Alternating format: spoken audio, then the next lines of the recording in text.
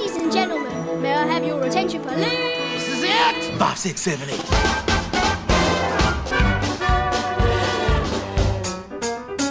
You're gonna make me believe that you belong on that stage. Dancing on that show is my dream.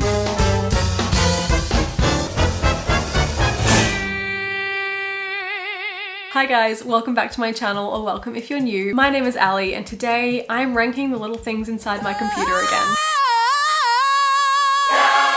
This is truly a video I have wanted to make for years now, and I think the timing just finally felt right. Is this an excuse to talk about Wicked the movie musical? Maybe. We've already ranked movies, music, and TV shows, which means today I will finally become an EGOT. A little backstory, I was in fact a theatre kid, a theatre nerd, but was tragically cursed with a deep love for musicals and absolutely zero musical talent. So for anyone out there who can relate, this one's for you. But as you'll see, I've chosen to do just modern movie musicals, aka after the year 2000, because there was just too many otherwise. And I decided not to include Disney Channel movies just because I've ranked them and talked about them so many times on my channel before, so I will leave them below. Today's genre is essentially films that James Corden might have auditioned for. Or is in. I will say up front, some of these opinions I do not respect myself for, but I'm going to be brave and honest. So I just want you to go in with low expectations. It's gonna be so bad. I remember someone commented on one of my rankings once, I haven't even watched this yet and I already hate it. And I just think that is a great bar to set yourselves up with for any of my videos, but especially this one. Let's get into my tiers. The bottom tier is leaving at intermission. Now, naturally, these are all movie musicals, so I guess the equivalent in film is like turning it off, but it just didn't hit as hard. It is hard for me to not like a movie musical because even when they're bad, I still have a good time. So the ones that end up here, you will pay for your sins. Then we have Star Dazzle. This is of course the award given to the best performer at the Lava Springs Country Club talent show. So you know, it's like, well, she tried. Our next tier is NYADA. As I'm sure you all know, this is an incredibly prestigious school in New York City. I'll be auditioning for the role of NYADA student. Not everyone can be accepted here. Please. We'll see. Then we have Tony Award. Again, these are movie musicals, but like saying Oscar or Academy Award just didn't really suit the vibe I wanted. So this is where films that I think are just like incredible and perfect will go. And then finally, above Tony Award, if you can believe it, we have God tier. I don't necessarily know if any films will go here. If somehow something is even better than a Tony Award, it will find itself here. All right, let's get into these films. Quick sidebar for my two favorite musicals of all time, which are not on this list because they're only stage shows currently, haven't been made into movie musicals, but I just wanted to like let you know about them so that you understand me a bit better. And that is of course Legally Blonde and Bring It On the musical. These are just such feel-good shows. Lin-Manuel Miranda wrote Bring It On, so I don't know why more people don't talk about it. If you haven't seen them, I highly recommend it if you ever get the chance, and even if not, the soundtracks are phenomenal. My prayer and my hope and my dream is that someday these will also be made into movie musicals. If you want to see Legally Blonde made into a movie musical, give this video a like. That actually just helps my channel a lot because I normally do Taylor Swift videos, so I know a lot of people won't really care for these or click on it. Giving it a like just tells YouTube, okay, this is actually good content and we will show it to people. So thank you so much. If anyone would like to keep tally of actors that come up again and again throughout these movies, I think it'd be really fun to know who shows up the most. We've got a couple of James Marsden, a couple Meryl Streep. There's people that are really getting their money's worth, and I would just like to personally thank them for the movie musical industry because this is what keeps me going, truly. Okay, first up we have a little known film called Hairspray.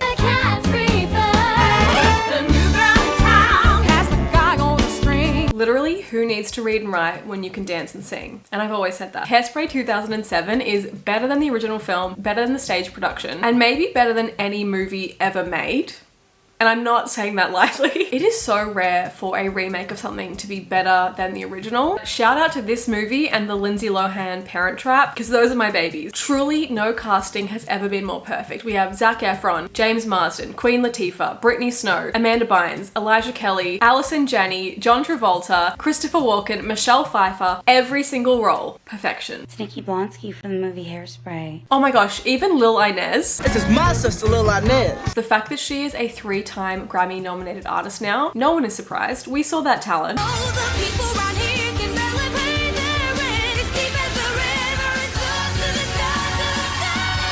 think that's one of the greatest songs of our time. I just think that the way she sings that song, it just takes me to another place. I dare you to name a film in the comments that is as perfectly cast as this movie. I will hear you out, but I just don't think it's possible. And I have watched this movie a million times, and every single time Link first appears on the screen, I still get the butterflies that I felt watching this as a child for the first time. My bussy is shaking. Ah, damn. Smile was getting it. Listen, mate. Do you think that he and Vanessa will go the distance and get married? No. Okay. Sorry. Sorry, D. Love you, girl, but it ain't happening. I know him real well. I love him real well. I'm the one for Zac Efron, okay? Just settle the debate. I'm the one for Zac Efron. Where do you guys see yourselves in like 20 years from now? I'm on the couch and I'm making him a sandwich. The fact that I could come out of a film starring Zac Efron and James Marsden, but my heart now belongs to Elijah Kelly. hell, God knows, but always have to put me in my place. Specifically Seaweed J. Stubbs. I think it's the character, really. Oh my god. He's perfect. Also, I don't know if you guys know the dancer Twitch. He used to be on The Ellen Show and a few other things. He was just an amazing dancer, an amazing person. And I only realized recently on my 101st rewatch of this that he actually has like a small role in this. So I just thought that was really beautiful to have him kind of forever immortalized in such a beautiful piece of art. Also, if anyone thinks I'm joking about how much I love this movie, my best friend is saved in my phone as Miss Baltimore Crabs. And we regularly quote Mr. Pinky from Mr. Pinky's Hefty Hideaway. Tracy, is this your older sister? 54 double D. Triple E. I hit the bubble! And do not get me started on Run and Tell That. Covering up all my pride. Give me 5 on the backhand side. I really think any director wanting to make a movie musical needs to sit down and watch Hairspray 2007 to see how it should be done. And fun fact, the best song in the whole musical is actually in the credits, so make sure you check that out. I know the road is long, but it won't be long. Also, Christopher Walken and John Travolta have more chemistry together than some of the couples on your little TikTok edits. Last chance to join the dance, folks. Everyone is welcome. Do it now, or forever wish you had. Really? Show 'em, baby! That was real love. Also, the amount of jokes that I did not get as a kid. Some of your personal stains require pounding with a rock. How long are you to be gone, Brenda? Just 9 months. What's the ideas of Marsh? I mean, how can a month have an idea? Finally, this movie was made by Adam Shankman, who also made Cheaper by the Dozen 2, so obviously it was always going to be perfect. Thank you so much, Adam Shankman. I owe you my life. You know the greatest films of all time were never made. And this is, quite obviously, a god tier film. Then we have Dear Evan Hansen. He looks around and says to me, there's nowhere else I'd rather be, and I say, me too.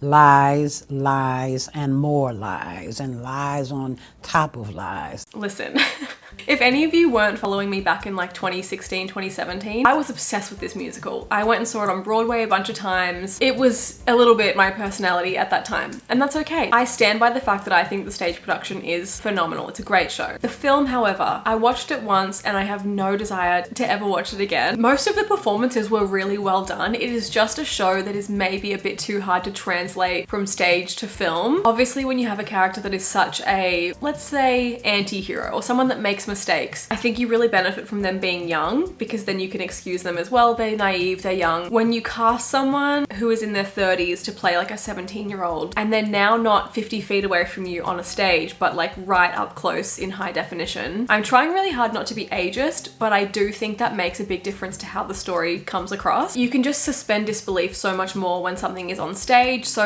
it just makes it hard to translate into film. So personally, I think Dear Evan Hansen would have worked better as a pro shot, like Hamilton and Come From Away. Even thinking about those, I think it would be very jarring to see as a film adaptation, but as pro shots, they work perfectly. Now, would I have loved to have seen Andrew Barth Feldman in this role? Yes, but unfortunately, I think what Ben Platt said was true in that he said this film only got made because of him. And I know that sounds really conceited, but it is also the truth. Like, this film was made to capture and immortalize Ben's performance in the role that was written for him, and like the show that was kind of really known because of his performance. So again, I just think a pro shot would have worked better, and for that I'm gonna say I'm leaving it into Mish. But Pascal and Paul, love your work. Okay, then we have Miss Mamma Mia. We danced on the beach and we kissed on the beach and Let me just say, Amanda Seyfried on that beach. A little small talk, a smiling baby. I was stuck. That did something to me. No one should legally be allowed to be that hot and also like adorable at the same time, but somehow she is. And the fact that the cast were just like half drunk the entire time making this movie makes it so much more fun. The freedom and liberation you're feeling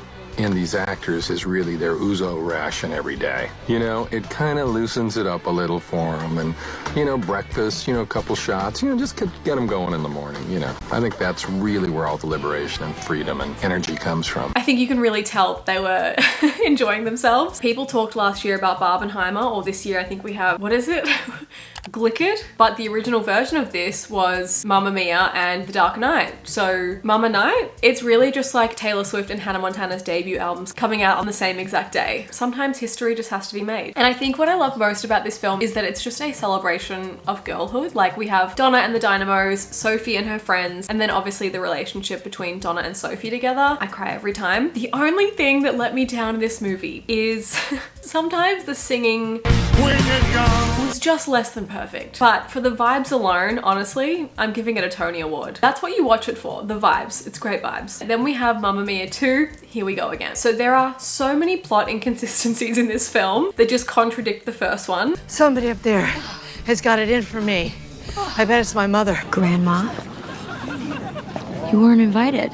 That's the best kind of party, little girl. Also, most of the best songs were kind of used in the first film, so they had to kind of dig into the archives a little bit deeper. And then third, there's not really any Meryl Streep besides that one little cameo. However, the vibes very much still there. I think of two scenes in particular, one of Lily James on that boat in Golden Hour, and then the other of her running through like the bushes in slow-mo. That is just perfect cinema. Lily James did a lot of the heavy lifting in this film, and the rest of the heavy lifting was done by Cher's cameo. But you know what? If we have to have 400 Fast and Furious movies, let's make just as many ABBA jukebox musicals. I'm not mad about it. I'm gonna put Mamma Mia Here We Go Again in Niada. It's not as good as the first, but she's a fun time. She's cute. Okay. Then we have The Greatest Showman. Here's where I know I'm gonna lose some of you. Please stay with me. From the moment this movie starts, I had full body chills.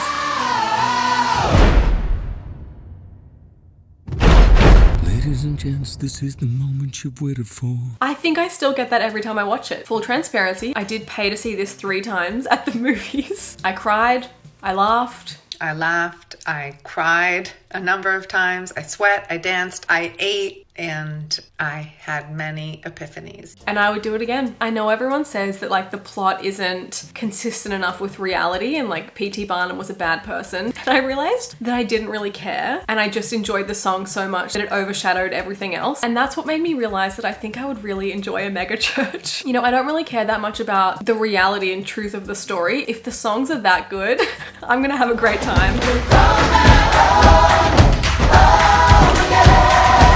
Listen, we are all allowed to have our embarrassing, controversial faves. I'm not gonna judge you for your problematic book boyfriends if you let me have my love for The Greatest Showman. When this was being made, as soon as I knew Pascal and Paul were writing the music for this, I knew I was gonna love it. And sorry, you finally put Zac Efron in a movie musical after all these years and expect that I'm not gonna love it?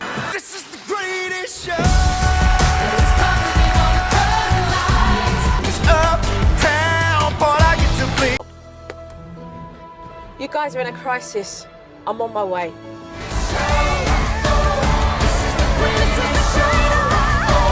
Zendaya in this also. Perfection, no notes. This is a god tier film and I'm brave enough to say it. Then we have La La Land. Who said I can't wear my Converse with my dress? No, Jamal.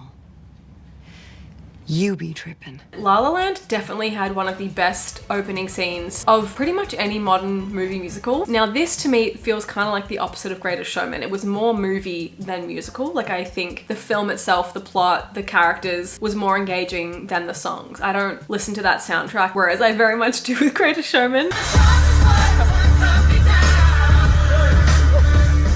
But but I think it being set in LA kind of made that it being more of a movie thing work quite well. This film was definitely a love letter to LA and Hollywood, and unfortunately I hate LA, so that part didn't really work that well for me. I mean, again, Pascal and Paul are a match made in heaven. They are the Bert and Ernie of musical theatre. I think it just wasn't enough escapism for me, whereas my favourite ones tend to be a happy escape. This, oof, I mean, if you've seen it, you know. But yeah, I loved the film more than the songs itself. So I know some of you are gonna hate me for saying this, but I think it lost to Moonlight for a reason. I'm gonna give her a Tony Award. I still do think it's a beautifully shot film, beautifully made, but the songs just don't do it for me. Okay, oh, next we have In the Heights. Now, this is how you do a stage to movie adaptation. By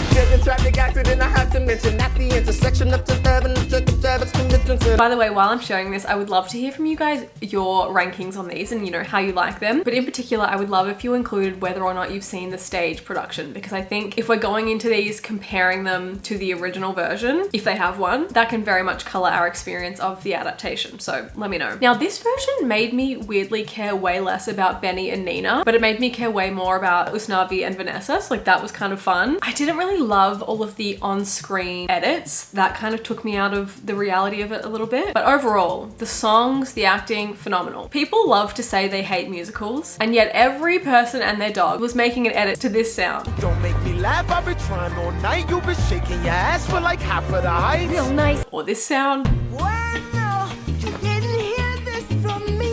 I think I'll give In the Heights a Tony Award. I think I just love the original production a little bit more. Then we have Footloose. Now, this is obviously the modern day remake of the film. Is it amazing cinema? No. Is it fun? Yes. The fake ID dance number alone changed my entire life.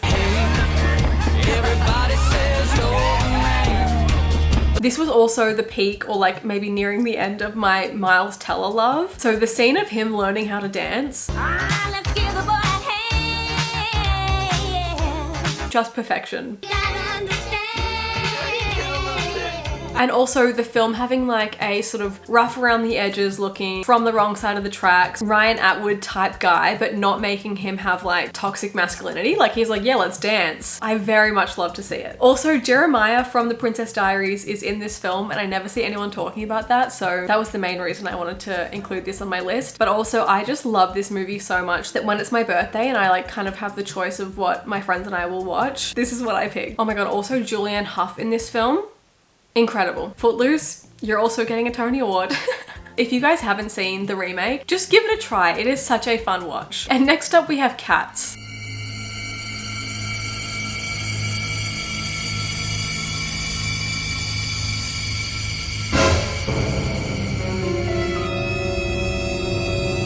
This movie is trauma and fear and uncanny valley like Snapchat filter animals. It honestly felt like some kind of money laundering scheme. I don't know if I should say that on the internet, or I guess like in the producers where they realized it would be more profitable for them to make a flop than a great show. But also weirdly, this has like the most stacked cast on this entire list. However, that cannot save it from its fate. I am leaving at intermish. Sorry, Cats. Oh, then we have Tick Tick Boom. Once again, everyone say thank you, Lin-Manuel Miranda. Man, the man is non-stop. Also, put Andrew Garfield in more things, especially musicals. I think you could really tell this was such a passion project from everyone involved. I mean, if you're a fan of Rent or theatre in general, you probably knew Jonathan Larson's story. So seeing it handled with such care was really beautiful. Also, shout out to Coachella pandemic queen herself, Baby V. She was great in this. While this is an amazing film, it's just too sad for me to rewatch. I'm gonna put it in Niata, but I know that's a me issue, so that's okay. Oh, then we have Into the Woods. Into the woods to slay the boots, to serve the cunt and snatch the waist. If you haven't seen this film, you absolutely need to, purely to hear Anna Kendrick sing on the steps of the palace. In the goo, on the steps of the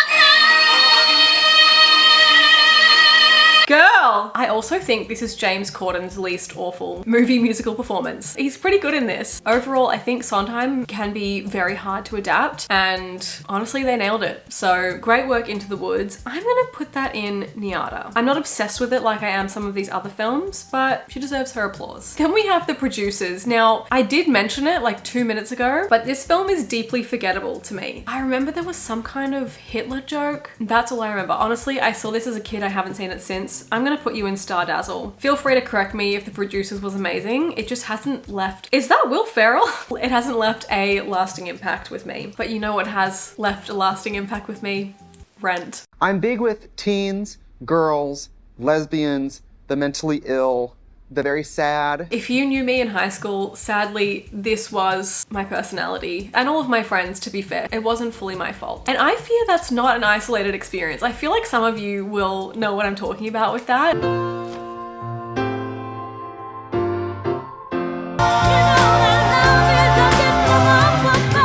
But this was absolutely my gateway into movie musicals and probably musicals in general. I mean, I saw like Annie and stuff growing up, but this just had such a hold on me. My friends and I, before going off to our theater class, would like stand around a piano and sing these songs. And I wonder why I didn't date in high school.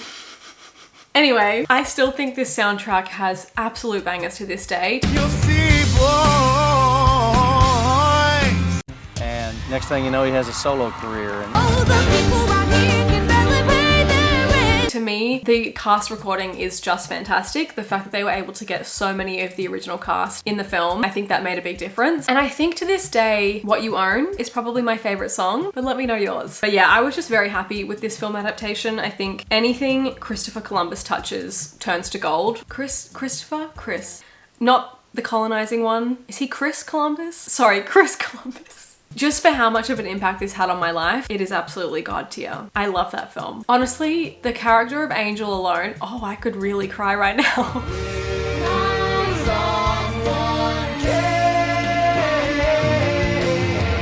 I'm just thinking about Will I Lose? If you know, you know. Okay, then we have The Prom. So a real tone shift here. Again, kind of forgettable for me, except that one Andrew Rannells song in the mall. That tattoo would be taboo. Jesus, take the wheel and steer it as we feel the Holy Spirit. Honestly, I forgot until looking at this poster that Meryl Streep was also in this. Meryl Streep, James Corden, there are so many players on this list in like multiple films. Let's put you in Star Dazzle because I think the songs were good, the vocals were there, and I love Ariana DeBose. And that's a promise. But like also, who cares, you know? Well, next up we have Chicago. One of the only movie musicals to ever win Best Picture at the Academy Awards, so well done. When I say I support women's rights and wrongs, this is what I'm talking about. Funnily enough, even though this film came out in 2002, the Cell Block Tango routine was actually inspired by Taylor Swift's vigilante shit choreography, so I just thought that was really nice. Now, why do I feel like this film was based on a true story? Is that right? Can someone correct me? I could look it up, but I feel like I would rather hear it from you. Chicago, I can almost not fault you at all. I'm gonna give you a Tony Award. Congrats. Ooh, okay, then we have Mean Girls. What is fetch? It's like slang from an old movie. Corny, lame, boo, tomato, tomato, tomato. A movie turned stage musical turned movie musical, which is exactly the path I'm dreaming Legally Blonde will get. And so the fact that this movie kind of flopped broke my heart a little bit because I was like, I'm gonna go see this and support it solely so that I have a chance that Legally Blonde will be made someday. My dream of that gets further and further away, but... Now, obviously Sabrina Carpenter had a run on Broadway alongside Renee Rapp. Watch this girl self-educate. This was famously short-lived, but the very little I've heard of her sing these songs and a lot that I've heard of her sing since then, if we can get a Legally Blonde musical movie made soon, I think she would make a fantastic Elle. But let me know who you would cast, and if you have the time, I would love to hear every role. With Little Miss Woods, come on. I wanted so badly to love Mean Girls. Look, the highlights for me were definitely Damien. I thought his cover of the iCarly theme song was fantastic. And funnily enough, Gretchen. I just thought she gave such a breath of fresh air and like realistic modern day portrayal to that feeling of insecurity at that age. I just like saw so much of myself in that role that I didn't necessarily relate to in the original. I was kind of really disappointed with how they wrote the new Karen. I just thought they dumbed her down even more to make like a quite one-dimensional character, which the Amanda Seyfried version didn't feel like to me. She had a bit more substance there. Watching this film, it just felt like, oh, so you spent the entire budget on Renee Rapp and then stunt casting that guy from The Summer I Turned Pretty. Okay, obviously I know songs in movie musicals need to be popified from their stage counterpart. I'm used to that. I expect it. I get it, like, I respect it. But this was a particularly heinous crime for me. I'm astounded and I'm thrust astounded and nonplussed. I am filled with calculus. It's just appalling. It sickens me. I woke up this morning, I was so in a rage about what they are doing. Sorry, Gretchen, I swear, we'll get our party now. We'll get our party now. I do not want to comment. Half the songs are amazing, half of them really fall flat. So if I'm gonna listen to it, I'm just gonna listen to the original soundtrack. I did love that they made Miss Norbury and Principal Duval married in this version. I love you. I love you too. That brought me a lot of joy. Also, John Hamm was great. I want to put it in Leaving It Intermission, but Renee Rapp singing alone means that I can't. So I'm gonna put it in Star Dazzle, because at the end of the day, at least we have Renee Rapp. Okay, then we have Enchanted. I'm afraid nobody's been very nice to me. Yeah, well, welcome to New York. Thank you. So back in this video, I said that cinema peaked in 2004, and I stand by that, but movie musicals peaked in 2007. The fact that James Marsden gave us Hairspray and Enchanted in the same year, that might be the best year anyone's ever had. Giselle! I've been dreaming. I mean, Rachel McAdams did The Notebook and Mean Girls in the same year. 2004, funnily enough, proves I'm always right. Again, this is just such a fantastic, phenomenal cast. We have like Susan Sarandon, Amy Adams, McDreamy, Timothy Spall, the wickedly talented Adele Dazeem. But if I'm gonna be honest about the true thing I love so much about this film, it is the closing scene. You cannot show me the final 45 seconds of this film and have me not cry. It is a scientific impossibility. It has never been done, and it never will be done.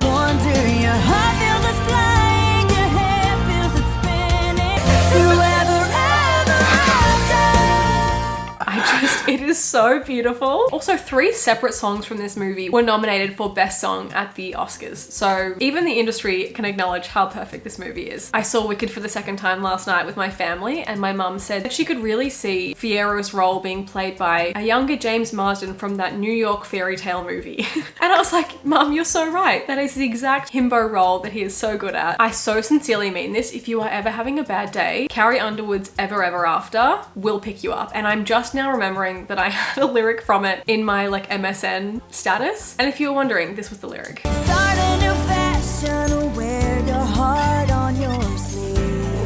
And I stand by that. A little fun fact to look out for, that this woman is actually the original voice of Ariel. So like a fun little cameo for her with that fish scene. And Idina Menzel said about this film that she was really touched that they cast her and wanted her for her acting abilities, because obviously she's so known and loved for her vocals, but she felt touched that they would like her for her acting too. So I thought that was quite nice. So I totally forgot that this movie had a sequel. If you have seen it, let me know if it's any good. It should really come as no surprise that Enchanted is absolutely one of the most god tier films I've ever seen. I'm gonna put it after Hairspray. Honestly, James Marsden and Zac Efron slaying this top category. It's quite funny that my god tier is like the 3 most feel-good movies of all time, and then the most devastating film about homelessness and AIDS, Women Contain Multitudes. Oh my gosh. Speaking of the wickedly talented Adele Dazeem, next up we have Wicked. I'm the one you want. It's me. It's me. The adaptation of one of the best Broadway shows of all time. Her sister was a witch! And what was her sister? The Wicked Witch of the East, bro! She wore a crown and she came down in a bubble, dog! I have seen the Broadway version once or twice. I actually thought the Melbourne version was even better, which take that as you will. I love the Broadway version. I just think Melbourne did a great job. And now I don't know why I went into this with such high hopes, because I love the original, I love the soundtrack. And as we've seen on this list, not every movie musical is great, but somehow I just really believed in it. I think also I love to be a contrarian, an argumentative, antithetical dream girl, if you will. And because other people were being so skeptical and so harshly judging Ariana Grande before seeing it, that I was like, I'm gonna ride for this film and I know it's gonna be amazing before I've even seen it. And thankfully, I was right. Popular. I know about popular. I was on the lookout for someone to hate. Picking on me like a dinner plate. And I don't really understand where the doubt around Ariana came from. Like, maybe people don't know she started out on Broadway. As mentioned earlier, I was an insufferable theatre kid, so I knew her from 13 the musical.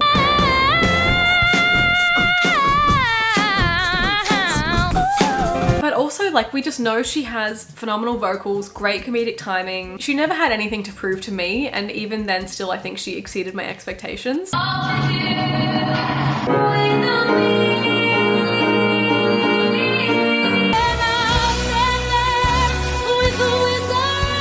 excited because I think she will win a lot of awards for this, and very deservedly so. I think Wicked might also win Best Costuming and Stage Design, Set Design. The fact that most of the film was made with practical sets is so fantastic. In this day and age, that is so rare, and you can really tell watching the film. For any of you that haven't seen the stage version and have now seen Wicked Part 1, I would love to know what you thought of it, because obviously us going in with a love already for the musical, it's hard not to compare things, whereas you have like a fresh set of eyes just seeing it as the movie. Naturally, it's only Part 1, but I think it did a pretty good job standing on its own as a film anyway. Obviously, this is kind of a spin-off prequel to The Wizard of Oz, well, kind of based on a book. It's a whole long story. But a fun fact not a lot of people know about this, in the original Wizard of Oz, the dog Toto was actually paying homage to another amazing musical. Toto was of course named after Galleria's dog in The Cheetah Girls. Go Toto! Win the talent show, we going straight to the top. That's why she's up here today. In this house, we stan Kenny Ortega. Okay, so I do want to talk about my one, not issue, but like, I guess problem with this film, and that is the lighting and the color grading. Now, I know people were saying this online when we just had the previews, and I could definitely see what they meant. I think I hoped it would be fixed in the final output, and to me, it just wasn't. In particular, Dancing Through Life really fell flat. Obviously, I know that that scene is filmed in a room surrounded by windows, so lighting can be hard, but that's also like a big part of the job. But yeah, it just felt like the characters in that scene were so backlit for like a good majority of it that it really took me out of the moment and made it harder to enjoy. Dancing Through Life is one of the most amazing songs. I love that scene so much, but that just made it fall so flat to me. I should mention, I don't think this is at all due to sets that they built or the costumes. As you can see, the behind the scenes footage, everything is incredibly vibrant and colourful and well lit and has contrast. It seems to be more the editing in the final product. I still see it all.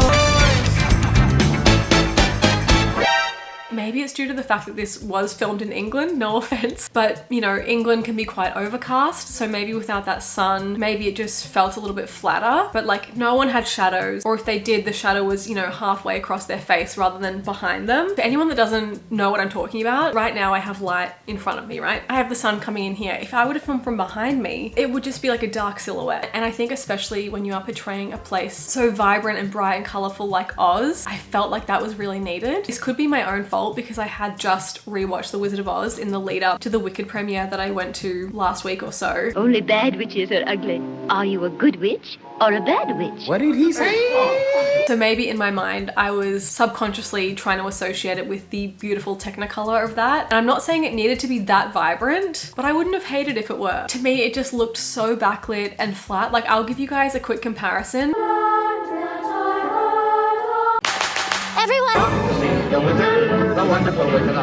Why couldn't possibly? This is your moment. I'm coming. I don't know. It could just be a me thing. I just think that would have made such a difference to me because it did unfortunately make a negative difference to my viewing experience. I will say I loved the film even more the second time I saw it. So if you've only seen it once, I recommend the second viewing. But yes, don't be offended by my frank analysis. I know that this isn't The Wizard of Oz. It is a darker story, so I understand having different lighting. That did just let me down a tiny bit. However, everything else, perfect. Choreography, amazing. Jonathan Bailey, perfection. I think the only weak point for me when it came to vocals was maybe Michelle Yeoh, but I do think that her acting more than made up for it, especially when Madame Morrible kind of shows her true colors. I'm excited to see more of that in part 2. I also thought all of the CGI was really well done, and my god, Cynthia was just phenomenal. She also just looked so incredible as Elphaba. I mean, nothing touches Hairspray for me, but in terms of casting, this was really a job well done. God, Green really had a big year. First we had Bright Summer, Elphaba November. They really said unleash your inner artist. Now this is just a me thing, but I only realized on my second viewing last night that Elphaba doesn't wear her glasses in like the entire second half of the film. During Popular, Glinda takes them off and then is like, no, you don't look better without them, and puts them back on her. And I was kind of like, did she get contacts? Like how is this working? Or were the original glasses just kind of fake for an aesthetic twee steampunk vibe? I understand from a filmmaking and storytelling perspective, it's a lot easier to convey emotion and connect with someone when there's no like barrier in front of their face, which is why it's kind of annoying that I have to wear these. But story-wise, I was just confused by that. So if anyone has an explanation for me, please let me know. Okay, I want to talk spoilers real quick. So if you either haven't seen part 1 yet or haven't seen the stage show and don't want part 2 to be spoiled, skip to this time. Give you a couple seconds. Okay, cool. So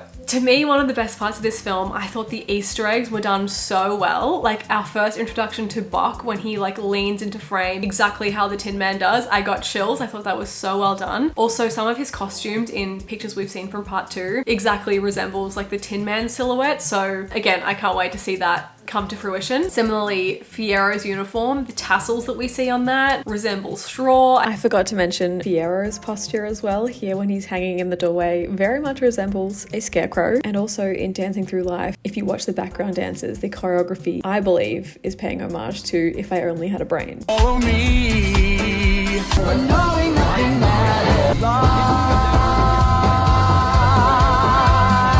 My favorite part was probably these slippers. They were like covered in rainbows and then the heel was shaped like a tornado. Such a beautiful nod to The Wizard of Oz. John M. Chu, I really hope you win Director of the Year. Also the fact that they had the red ruby light shining on it, because if you didn't know, legally they don't own the right to the ruby slippers. That IP belongs to like The Wizard of Oz and it's not Disney. Who is it? Who's the lion? Anyway, they legally can't make those slippers red. So in the stage version, they shine a red light on them. In this, they had them in a red box. Very cute, very fun. But then we of course did get like a little glimpse at the ruby slippers during Popular, which I thought was such a smart way to integrate that. Also the kind of halo silhouette around Glinda's head. So many little details, and I'm sure I'm missing a bunch, so please let me know. Okay, I just saw it for a third time, and here were a few more things I forgot to mention. The architecture in Madame Marible's classroom resembles a tornado, which is excellent foreshadowing for what we know happens in part 2. Obviously, she also mentions her ability to control the weather. Also, when we first get to Shiz, one of the teachers says just a small gulch, referencing Miss Gulch from The Wizard of Oz. Oh,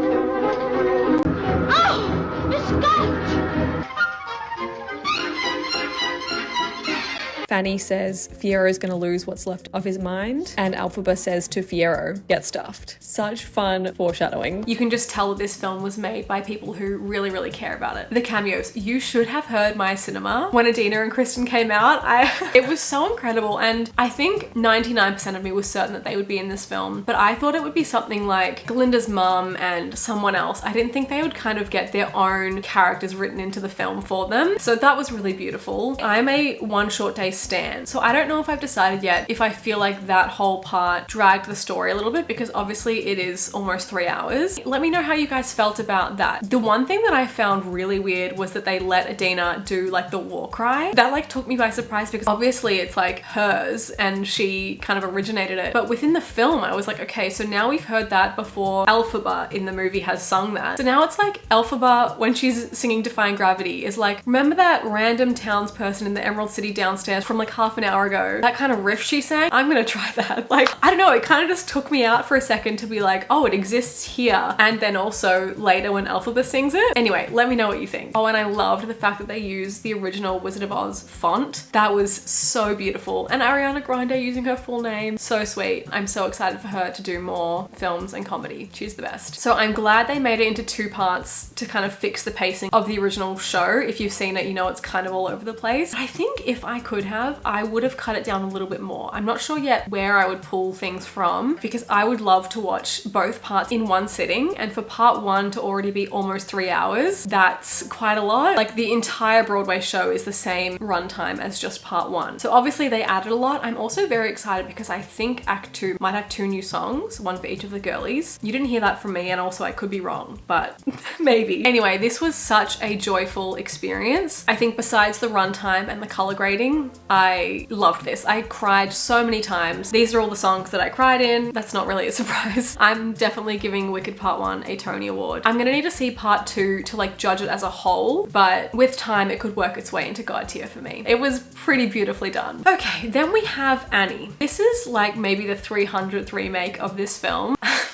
No, I'm sorry. I love Cameron Diaz more than life, but that is not a woman that was ever meant to play Miss Hannigan. Also, I just love the original Annie so much, and also weirdly this remake has a soft spot in my heart. Iconic casting, so like the Sarah Hyland, Alan Cumming, you know, that one. I love that version too. So this one to me was like uber modern and just not really needed. Maybe from the original Annie is like my comfort song. My camp best friend and I just love to sing that in the car. Baby, now it's time.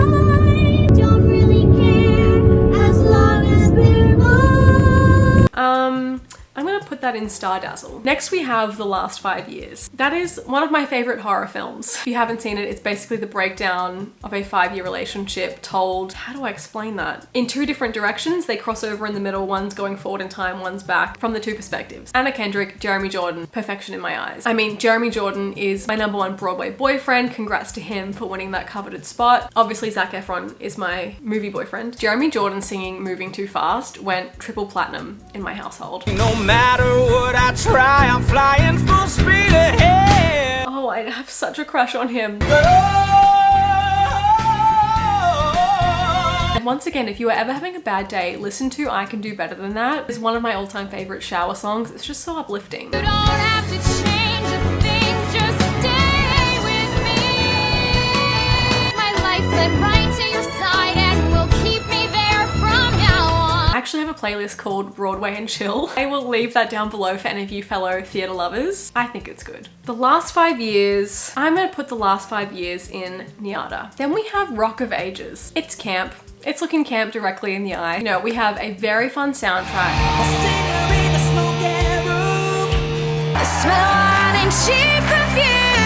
You know, maybe Tom Cruise as a shirtless, long-haired, tattooed rock star is what middle-aged women want to see. It's not personally for me. Maybe someday it will be. Julianne Hough in this film, as always, a complete saving grace. Hottest woman alive, so talented. This movie also had Diego Boneta, I think that's his name. He played Alex Santiago in Pretty Little Liars, as is often the case with men who sing in films. I had a crush on him.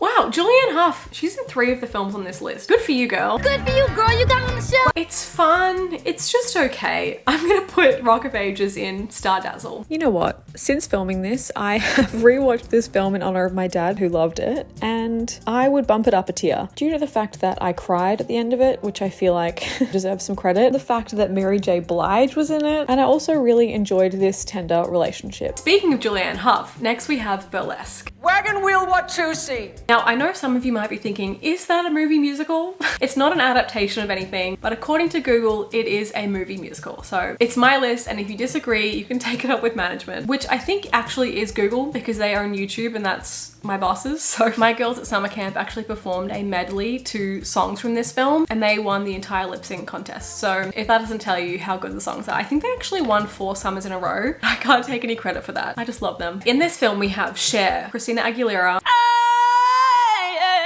Stanley Tucci, Alan Cumming, Kristen Bell, Julianne Hough. What are you so excited about? She's your replacement. Kamja Grande, although I still have not forgotten what you did to Marissa. It is just such a good film. I put this alongside Footloose in terms of just like, what a fun watch. Also, the girl's name is Ali, so I don't get that very often, okay? For the singing alone, Tony Award. I love that film. Next we have Sweeney Todd, the demon barber of Fleet Street. Weirdly, I think this film was like a childhood obsession for me. I think after the Pirates of the Caribbean, I just had like a bit of a Johnny Depp thing going on. And looking back now, I'm like, Maybe she snapped. also, why do they call him the demon barber? Was he not just some guy?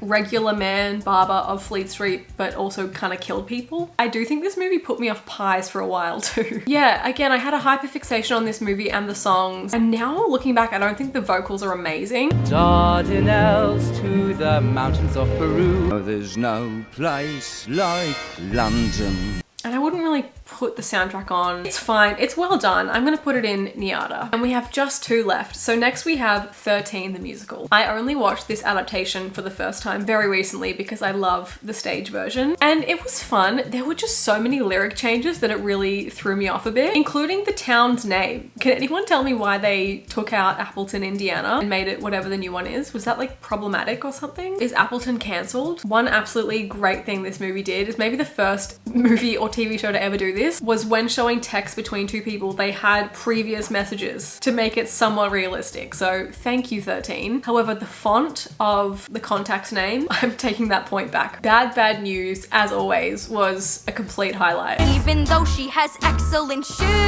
that girl is bad news, bad news.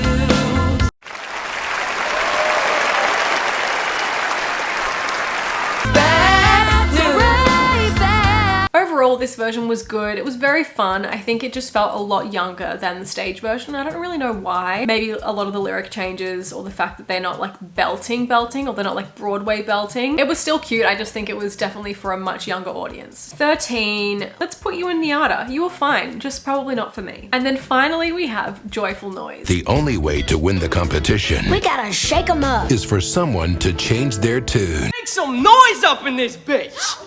Y'all remember my grandson Randy? Gun to my head, is this a movie musical? Again, the internet says so. Who am I to disagree with the internet? Also, according to Spotify, there are 12 songs in this film, so I'm counting it. And if you couldn't see from that little picture, this film stars Dolly Parton, Queen Latifah, Keke Palmer, and Jeremy Jordan. Need I say anything else? If you don't have time to watch this right now, go and listen to or watch on YouTube Man in the Mirror. Somebody's broken heart and a washed out dream. She's really good. Maybe I'm amazed. Maybe I'm amazed at the way you love me all the time. Love me all the time. Baby, I'm amazed. Oh my god. Baby, I'm afraid of the way I love you. Queen Latifah and Jeremy Jordan, again, main players on this list. And if you can watch this film and not understand how he is my #1 Broadway boyfriend, wait, Jonathan Groff. To be fair, I haven't seen him in movie musicals, only Hamilton and Spring Awakening and such stage productions, so I guess I can have both. Joyful Noise is definitely going to win a Tony Award. Just looking at this list, I'm like, wow, perfection. If I could only choose one genre of movies to watch for the rest of my life, this would be a pretty good decision. And again, looking at this ranking, I know it is controversial. I know that.